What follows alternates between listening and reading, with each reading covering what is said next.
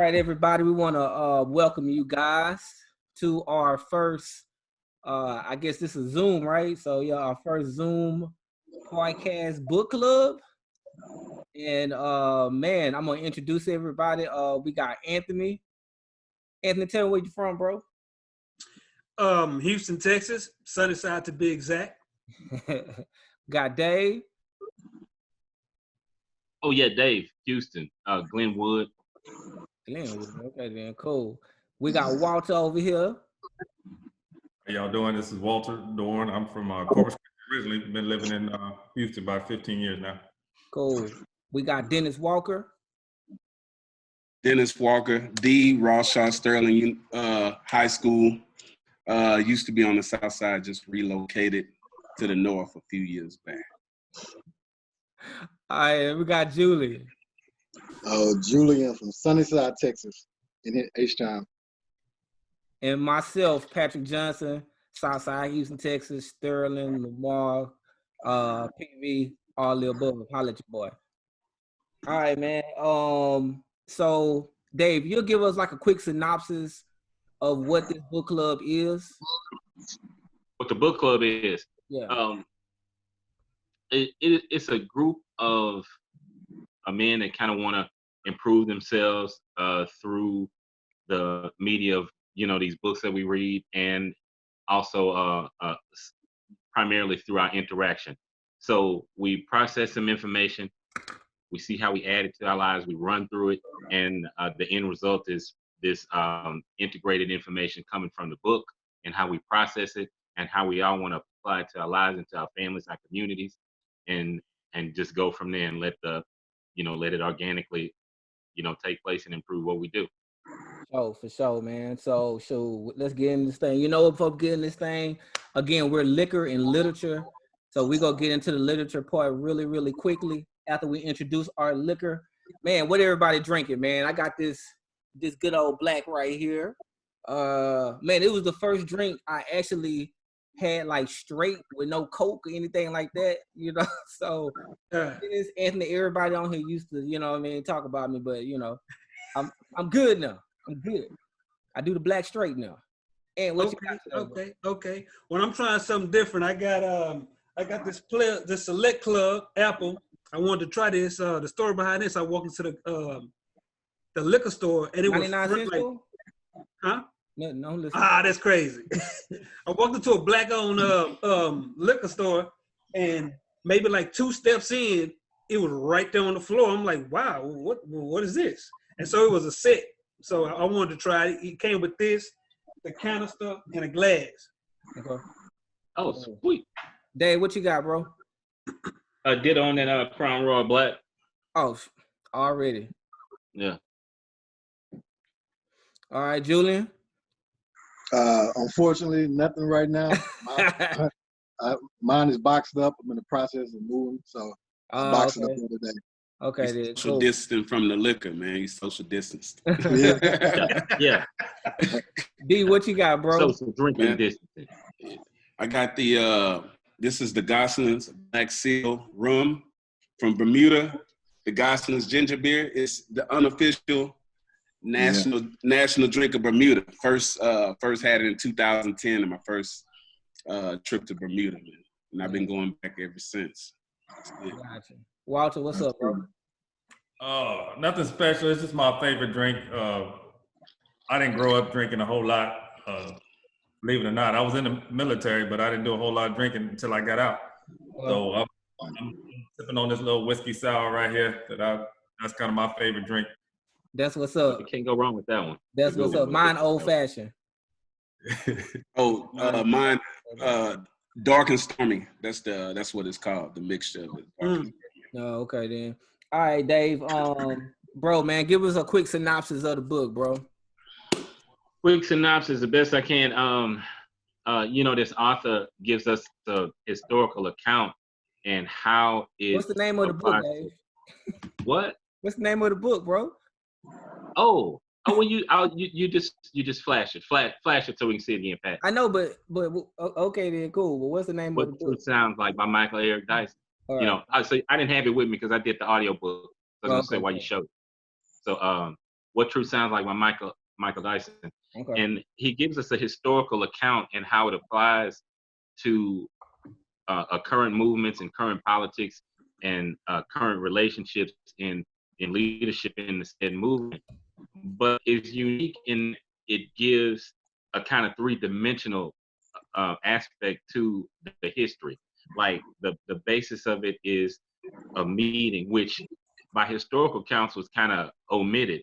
You know, we kind of understand that Kennedy was, you know, a proponent of Black issues, but in history, we don't really discuss that impactful meeting that he had with those stars and you know, political figures. And so he gives this three-dimensional context and kind of fabric to a historical account, and he adds emotion to it, you know, ways of thinking, real life experiences from different aspects, and it kind of changes the way you look at history and how it applies to today. And I like the way that he gives, you know, tries to go forward with solutions and kind of tries to tie it together so all generations can have a coordinated understanding. So man, well, shoot, let's so right now, normally what we do is, you know, we get into the question part of it. We just ask, you know, just kind of I just ask the questions and we just kind of build conversation from there, and everyone kind of give their perspective of so like the first thing is like, what was the thought process in the meeting? Like what do you think the discussion was after the meeting, after Kennedy got out of that meeting, man? I believe that he was shocked that he didn't relate to Black folks as much as he thought he did. Yeah. It was surprising to me listening to it because I have the audio book and following along. It was surprising to me that he entered one way, and by the time he finished, he had a whole new perspective, and he was forced to see that perspective because he tried to lead that conversation with dominance of who he was, you know, where he came from. But he didn't know that the very people that he did not invite to the meeting, the ones that he did was just as vocal that, because he didn't want to really invite Martin Luther King Jr. No, because he was, you know, him and Malcolm X, they had they solid beliefs, you know, and he thought he was just going to invite some well-known Black folks that he can manipulate and show, hey, this is my perspective as well, you know. So hey, I'm for you guys. Yeah. So you thought he was trying to manipulate people? I thought he was going to try to ride. I believe he was trying to ride the backs as the being supportive, and this is how I'm supporting you. I got y'all. Gotcha. But he really didn't know I was struggling. Yeah. I think he was kind of going for a pat on the back. He thought he was going to be able to get congratulated or thank you. And, hey, you appreciate what you're doing for us. Yeah. I think that caught him by surprise, totally. Yeah. Dave, what you got? I think Kennedy actually sincerely wanted change, and he wanted to actually do some things correctly. I also think he was kind of disillusioned to think that he was kind of on the right track from the perspective of the people that he invited to that meeting. I think he kind of expected a bunch of co-signers because he thought he was going in the right direction, helping the downtrodden people. But, you know, they had a different thing in mind. You know, it was actually the way they presented that stuff. It was closer to the Me Too movement, you know, right there in the moment. Enough is enough. Right. You know, so, you know, it didn't turn out the way he thought it was, bottom line. Right. Dylan, what's up, bro? My bad. Oh, no, you good. From what he didn't expect is the freedom fighter. Right. That was yeah. Right. So he knew about the high profile people that he was supposed to be meeting, but that freedom fighters would spark the whole and change the whole mood of the conversation, brought it down to reality and with emotion. And so when he left that meeting, that's what transformed him. That's what made him empathize and want to really do something, because that freedom fighter brought their energy into the meeting, so he wasn't expecting that. Right, and it was a whole different type of energy too. Right. Because he was expressing a hatred or more of a retaliation. But the freedom fighters, if you remember, they were non-violent. They protest was like silent. They wanted to sit on the bus as equals, segregated. So that was their movement. They didn't want, guns or anything to be violent. But for him to say, it's coming to the point where I want to go get a gun and take this to the man, it's like, whoa. Yeah. Well, I thought it was interesting that he invited just like artists and he didn't do, political leaders, right? Now I get it, you know what I'm saying? If you a political leader, you got an agenda. You're trying to get your agenda across. So I mean, at the very basis, I get that. But like, I mean, that Freedom Rider just kind of gave real to the situation. Right. Because I mean, who was in the Belafonte was in there, James Baldwin. These people don't live the same kind of life that this dude, because after they leave, they go and they out the hood. You know what I mean? So like, dude, that's kind of why Kennedy felt safe, because he kind of saw them as equal almost. Yeah. They were the same kind of lifestyle. Exactly. And he was like, oh, okay, then. Well, I mean, we good. But right. But just because they're good, they represent a small portion of Black society. That Freedom Rider, though, he was on the block. You know what I mean? Ready to go. Yeah. He in the trenches. He was ready. That's where he was. Absolutely. So, like, I think about it. Like, I went to, I don't know everybody's school. Worthing, Sterling, Dave. You went to what? Cashmere. So, but like I had, two parents, everything was cool, right? So when I get out of school, my life is different. But like it's people that's in that area all day long. Of course, they're going to see things differently.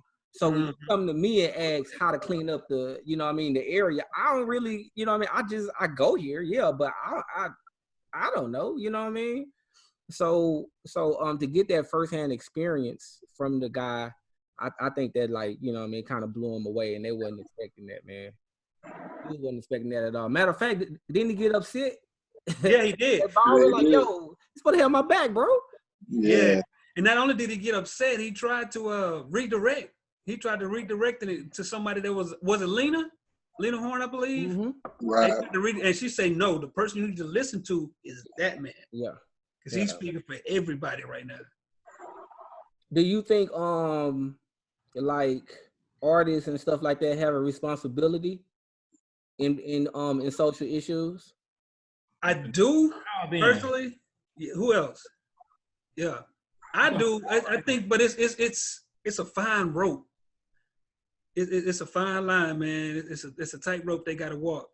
I unequivocally, I think that they do. I think if you are afforded a platform that other people are not allowed to have, and you understand that this platform can assist other people way more and uplift people, yeah, it's your responsibility to use it. It's 100%. It's actually a travesty if you don't. It's one thing, especially with, athletes and performers. They don't use that platform in general. I'm not saying across the board, that's not fair, but they definitely have opportunity that I think they don't take advantage of, or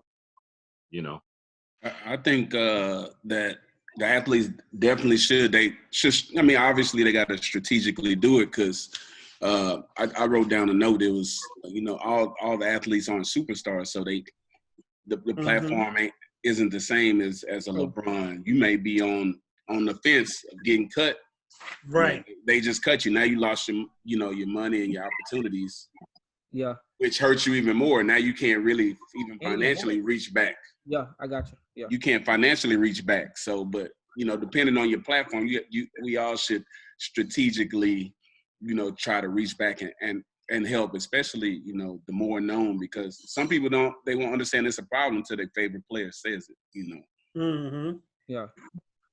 You know, be nice. So, and I couldn't help but think of it. It's kind of a bad analogy. It's kind of a bad analogy, but even the good house Negro would throw food out the back and make certain that his people were supported. They accepted their responsibility too. Everybody has responsibility to do what you can to make a difference and uplift somebody that has less of a voice or less of a platform, no matter what level. You know, and I get they want to keep the money and keep the platform, but do something. Okay. So you saying do something, not Yeah. go all out, because like you said, they may lose their platform Right. if they say too much or they do too much. Yeah. I mean, no, I said it the best. You got to politic it. You gotta do it correctly. Mm-hmm. But you have to do it wisely so you can keep the platform. That's the optimal thing. You want to do that, but So even I mean, I saw it on the Breakfast Club when Umar Johnson was on there. He was saying that even certain, you don't necessarily have to make the statement, or you know, some people are just financing the cause where they don't have to speak out, where they lose that platform. They stay on that platform, they keep making the money, and then behind the door, they're just financing it. And you know, that's just as important at certain times. Hey, let me ask you this. In the book, Harry Belafonte and Lena Horne were, pretty active. What do you think their roles were? Like how you think they viewed themselves in the movie? I think a lot of what we understand about, in particular, Harry Belafonte in that movement is actually suppressed significantly. They leave him out a lot in the historical text. He was very active, in marches and organizations, in donating money, in just being out in front, and even in meetings like that. He was very, very active, and he was actually very militant about it. He didn't mind being out in front and saying some truths, even if he had to shade it a little bit. He would speak. And so I think he's kind of omitted from the record a lot. But he was very significant in all of the processes, and he was somebody that I think used his platform. All right. Lena Horne too. Yeah, I think all of them actually tried to put it in their work, and they tried to put messages. Richard Wright back then did. All the writers did. They would try to put these themes and ideas in their work. So yeah, they use their platforms way more than what we give them credit for, and that's why he encourages at the end for us to go back and read those books. Yeah. Matter of fact, when I'm sorry, Julian. No, I just want to say, most artists who's in tune with the people, saying, and they speak on social issues, these are the people that support them. And when they see injustice going on, I think it's their privilege to speak on it, because music or entertainment is a big force. It can galvanize energy. It could, it's kind of like a pep rally to raise up the spirit. And I just want to quote Nina Simone, even though she's not mentioned in the book. I don't think so, but she has a quote that says, "You can't help it. An artist's duty, as far as I'm concerned, is to reflect the times." So any artists in doing their time have to reflect what's going on. They have to speak on it in their own unique way. Some people do it financially, like Jay-Z was doing it, but now he's not speaking about it. Bill Cosby back in the day, he funded a lot of people's movements, even though he didn't speak about it. But I just think I agree with Nina Simone. It's their duty to reflect the times and the times that you're living in. Cool, man. So when I was reading the book, man, I didn't really realize it was that much beef between different civil rights leaders, like the old Yeah. and the new. Man, Yeah. dude, he It dedicated, didn't stop. huh? It didn't stop. It didn't. It It didn't. still hasn't. It still hasn't. Right now. Yeah. It didn't. Man, Eric Dawson did a whole diss chapter Oh, on Cornel West, dog. He did. That was kind of Yeah. retaliation, though. It You seemed know, like it was kind of personal for him too. It was personal, It man. was personal. He You did could tell it was a personal. whole It was chapter personal. to that boy, man. Yeah. it was personal. Very much personal. No, but what y'all think about the tension between, the older and the younger generation and civil rights leaders? I think it goes. I appreciate it.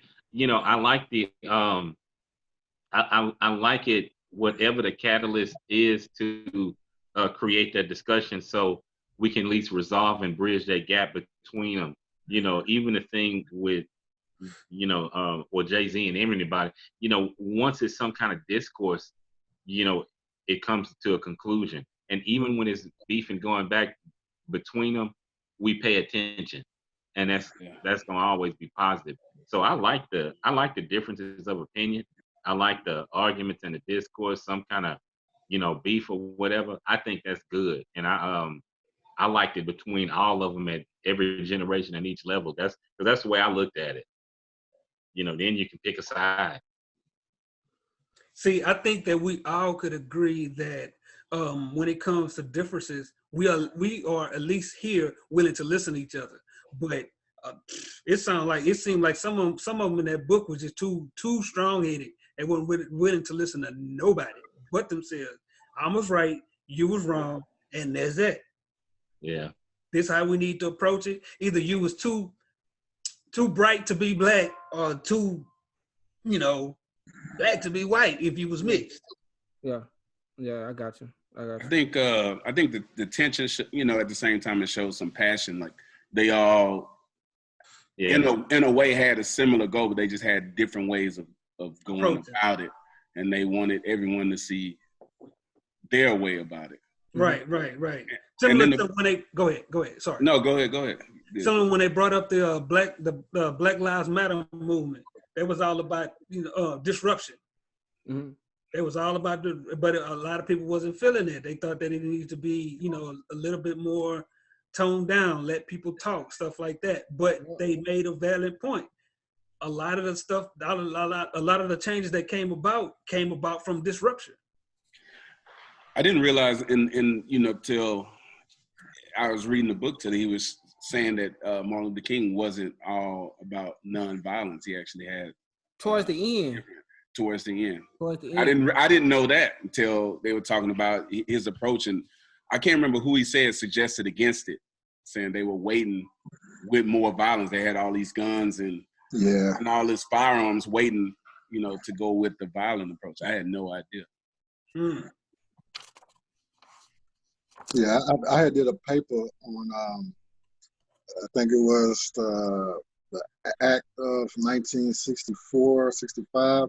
And I did some research on Martin Luther King, because I wrote about him in my paper. And yeah, he was, even though, it was nonviolent, he had protectors with pieces if it got too out of hand. But, what he was trying to display was, trying to show white America, this is who you are. Y'all are the animals. Y'all are the people that, are, the terrorizers. But he still had people, if it got out of hand, we had the peace on them, and he had soldiers with him. Yeah. I didn't know until I started reading this book. I had no idea that he was body. Had no idea. Yeah. He was ready to put in work in the end. Like, all right, enough of this. All right, let's do it. It's enough talk. I ain't talking no more. Time to do dirt. But yeah, so we're talking about the generation beefs, man. Harry Belafonte and Jay-Z, he said some stuff about it. about him, man. Man, I think with that, man, it's so common, man. Just the older generation kind of getting the, you know what I mean, the younger generation for doing the things that they do. And you know, that rolls right into the rap thing, which he did. You know, he wrote quite a bit about hip hop and the effect of the effect of hip hop on culture. So man, what you think about that, man? I think that, me personally, I think that it's never going to change, man. I think that my son later on down the line go do things differently than I do, and I'm gonna have a problem with it. But I think it goes back to Anthony, what you were saying is that you know, you got to have a conversation, because you know what I mean, we're trying to do the same thing, which is express ourselves. I think it's just a difference in style, Yeah. but they each trying to get to the same goal. Go. Yeah. You know? And as technology changes, I don't think it's nothing wrong with using younger generation using technology to, you know, get their point across. And that's kind of on the same level where Jay-Z is. He's using a more newer method to get his point across, what I think is more effective at this day and time. True. Yeah, it's about the evolution. You know, each era, the next era builds upon the following, and that friction is basically passing the baton over, the changing of the guard, and you know, people don't want to let go of the old ways. Right. New people coming in, we're gonna build like this. Like I said, it's an ongoing thing. It's been going on before, Forever. yeah, forever. But it's just a constant evolution. I just saw it as straight as Belafonte's ego. He, you know, he sees himself as Jay-Z's equivalent from that generation, and by analogy, that's true. But his expectation is that because he is my equal and my only peer, he should think like me and purport my ideals as I do. No, that's a completely different audience, different perspective, and no, Belafonte just go ahead and, you know, let them people have it, man. You did what you were supposed to do. Did what you're supposed to do already. Yeah, man. Yeah. What about the, you know, again, and that goes right into the hip hop argument, man, of how he's saying hip hop is affecting everything. What y'all think about that? Julian, man, I know you're a lover of the hip hop, man. What you think? Who, me? Yeah, Jay. Hip hop. What's that? Now, but what was your question again? I want to make sure I answer correctly. No, you know, the generational gap, when he was saying hip hop is affecting the culture negatively, in a negative, has a negative impact on it. I'm sorry. No, just hip hop, like the same thing. It evolved. You know, it started out as grassroots. You know what I'm saying, for upliftment, empowerment, especially for Black, the whole Back to Africa movement. The poor righteous teachers, the knowledge. But in particular time era, things changed, which gave hip hop that bad name. Which, you know, the era before, you know, they had a right to speak out against it because hip hop had changed from education to basically gangsterism. So, but you know, we still had artists that still transcended with the good message, but nobody hear about them. So, you know, like the Talib Kweli's and stuff like that. True. Dave, what's up, bro? I know you got something to say. Megan Thee Stallion is currently. You open up with Megan Thee Stallion? I know, right? Is this the opening line for you, man? What's up? This is the opening line. Hip-hop. Yeah, Megan Thee Stallion is currently the president of every female under the age of 25. Okay. Her influence is huge. Okay. Her message is, and very image is prevalent, and the way of thinking is very pervasive. Okay. I understand that like intellectually, what her message is, you know, empowerment and taking control of your financial situation and everything in life. But it's based on sexuality. I think ultimately, with that in mind, from my perspective, hip hop culture does way more damage than it does good. You know, it creates this extremely materialistic way of looking at life, and the process to get it is not, you know, productive or conducive to Black culture in general as being positive for me. All right, well, I Dave. look at Hold up, Ant. Hold up. I got a quick question, man. 25-year-old D-Rock Jenkins, right? Okay. Will that be the same answer you would have said at 25? Look, Can I? Same answer. I will illuminate it and be honest. I threw out the NWA CD that said bitches ain't shit but hoes and tricks. I found it misogynistic, and I found it degrading to women, and I didn't listen. Now I bought it again like a month later, and then I listened to the whole thing and I kept it in. But then a month I threw it away again. So, but then I bought it again after that. And then I kept that one for good. But the point being is, you know, you know, I'm just saying. I mean, that's not being honest. But I kind of always recognize that some of it is not cool. To be honest with you, I really like the positive era in hip hop way more than I like the drug culture, you know, strip club stuff. I just did. That's how I roll. Anybody else got something to say about that, man? about hip hop. Yeah, man. Yeah. Yeah. I think hip hop as a whole. Hold up, Ant. What's up, Walter? I'm looking at it as a different way, because originally, when you look back, I guess, when rap first came on the map, 70s, 80s, it came out of when they flooded our communities with drugs and trying to basically destroy us and destroy our communities. So you had these young rappers actually take that struggle and put it to poetry and song. Right. And when they gave it back to the world, it was like, this is, it forced everybody to hear us and give us a voice.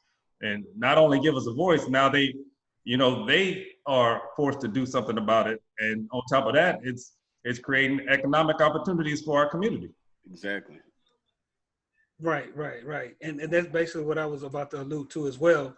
It's like hip hop as a body, as a whole, basically reflects that environment, whether you agree with it or not, as a whole now, not individually. So with that being said, there was a point, in the 80s, early 80s or whatnot, everything was more, hey, let's empower each other because we got this happening in our community.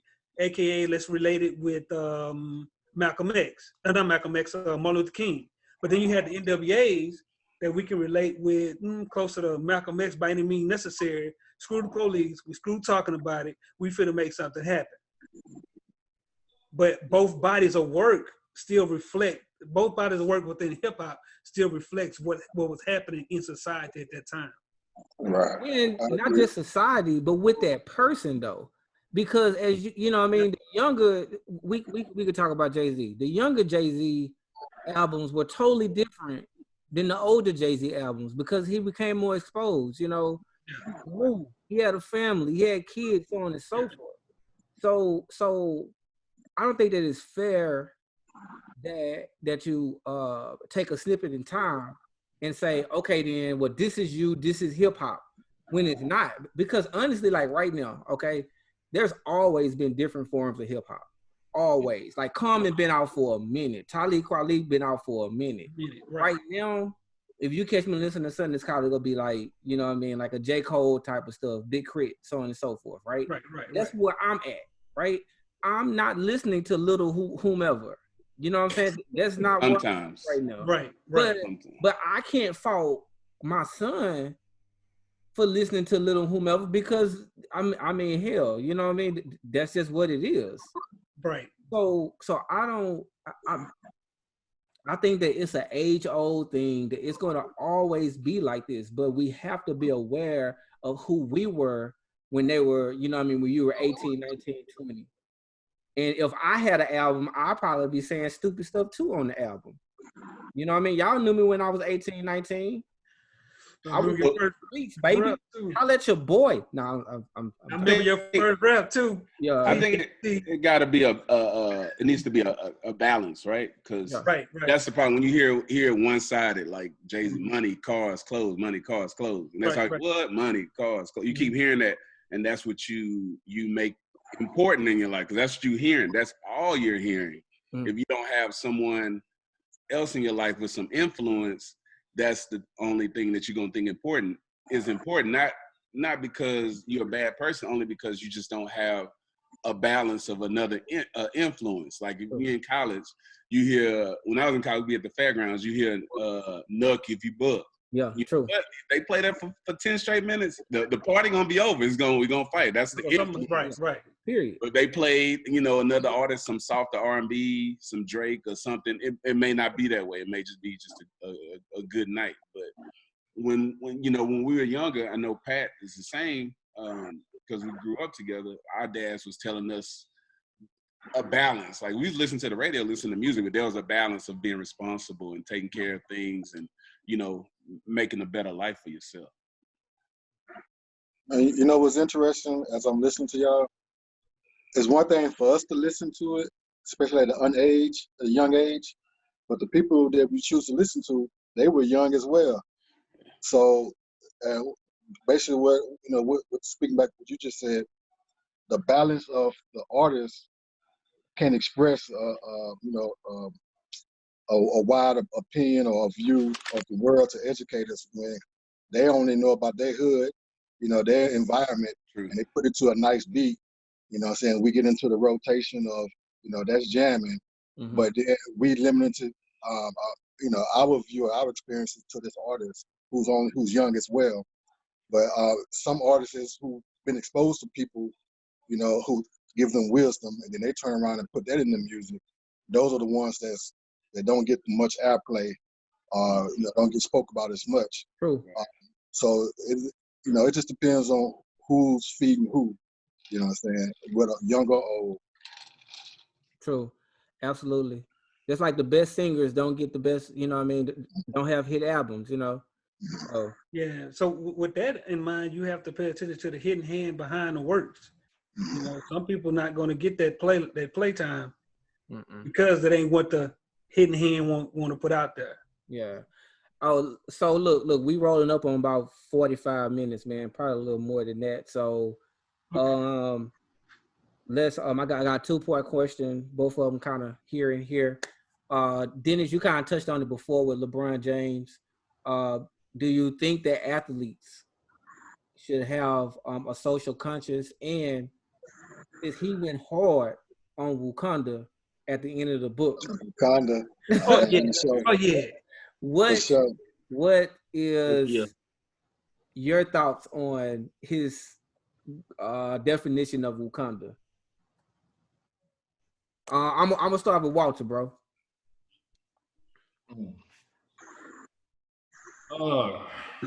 Come back to me.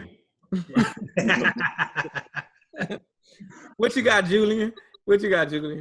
Nah, that was very interesting because before I heard him speak about that in the book, that movie is very powerful.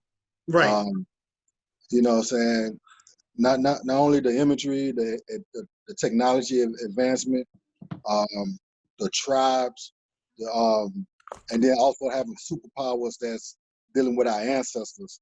That part of the movie moves, through people the most.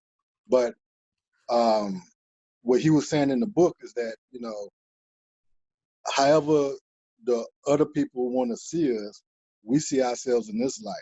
You know what I'm saying? We are greater than what you think we are. And with the Wakanda, it personified that. It brought it to life, like, not only on the big screen, but people were dressing up I already had my dashikis way before, Yeah. but you know, it was just like I spoke earlier about the times with Nina Simone. It's more of a empowerment, It and was. that Wakanda movie struck a nerve in our culture, even if people don't realize it. But it sends a self concept, you know, into our minds on not only how we were, but how we can be, and how we should see ourselves, and not focus on how people see us. Yeah, well said. Well said.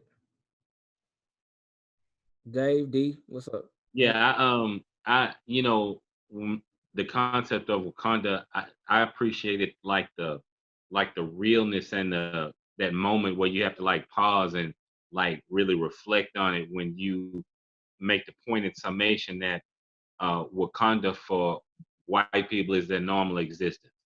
You know, they've already in the relative aspect of it, so they can understand where we are. Like for us, it's as far away as this fantasy place where we separate from y'all, and that's how it is for us. This particular fantasy that's in a movie, and that is your normal life. And I like that the summation and the the brevity of it and the weight of it, because that kind of it was just a good microcosm for the whole concept for me. Yeah. I looked at it, you know, I mean, just the movie. Actually, I watched it the other day. It just brings about like Black excellence. It's just everything together, everything about it. You just had to love it. And then when you saw, you know, another Black person even walking during that time, even just walking in the store, it What's just up? brought about this feeling like, yeah, what's up? You What's know, up, you're bro? doing Yeah. it. You know, Yeah, that unity. it's Yeah. brought some unity. It brought a lot of unity to it. And then the first question you had was about LeBron and getting involved in the politics. I think that it's important that they do. I think he spoke about it when they spray painted his house, and then he made it toward Emmett Till, and it just it's more impactful. And also it made people look it up. Like if you didn't know, if you're younger, they showed it to me in elementary. So it was showed to. We had this certain substitute teacher at Miss Maddie. Gray. I remember it was I was there. Yeah. So he roll in the TV, roll it in, and he pop in that VHS, and then it was about Emmett Till. And then we had a substitute teacher. He was substituting throughout the year, so I seen it. So when LeBron brought it about, I knew what it was. But younger people don't, know the story. So I think it's important that that they get involved. Obviously, it has to be strategic, but I think it's important. We had the Jet magazine. Yeah. It wasn't Jet. I don't know nothing about that. Y'all don't know nothing about that. It wasn't Jet. It wasn't Jet. And Walter, no, I'm gonna go back to Walter now. You want to go after Anthony, Walter? I'm gonna come in on that first part with athletes. There's a time and a place, but I think you got to be strategic the way you do it. You can't. Yes. Like I don't necessarily. I agree with what I'm gonna go to Kaepernick say what his reasoning for doing it, but I think his timing was off. And I'm thinking he could have done more good, possibly, during speaking engagements or social media, whatever it might be. I think it was more of a kind of distraction the way he did it during. He chose to do it during games, and then it ultimately, the way you look at it could have, kind of hurt him as far as his career. No. I think they definitely, can use their stardom to actually make a point, but they got to be strategic in the way they do it. Yeah, that's interesting because I mean, he could have did it the other ways, but I don't think it would have been as impactful. Yeah. As what he did on the field. What he could have done better was afterwards. You know what I'm saying? But what he did brought the attention and the impact. But that goes back to like being like with the artists and the rappers, you know, using that platform, willing to sacrifice. You know, that's what that meeting was with you know, all those entertainers. You know, they was at a level, but the Freedom Rider, you know, he wasn't at that level, so he was willing to put more into it. Yeah. You know what I'm saying? Yeah. So what Kaepernick was trying to do is like, I'm putting into it while I'm at this level. And But do you think if he had realized the result he's at now, that he would have still did that initially? I think so. I think Really? before he did it, Oh no, He was already warned before he did it. right. I think it's relative to what you look at. I think he may have done it sooner. Bad, I mean, if you're looking at what he did as an L, and then, you know what I mean, it just depends on how you look at it. Did he win or did he lose from the situation? You know, Well, I mean, hold on. Anthony, before we keep going, Anthony, go, and then we'll get back to the Kaepernick thing. Oh, okay. First part of the question, I do believe all entertainers, period, has a moral responsibility to contribute to the movement of equality.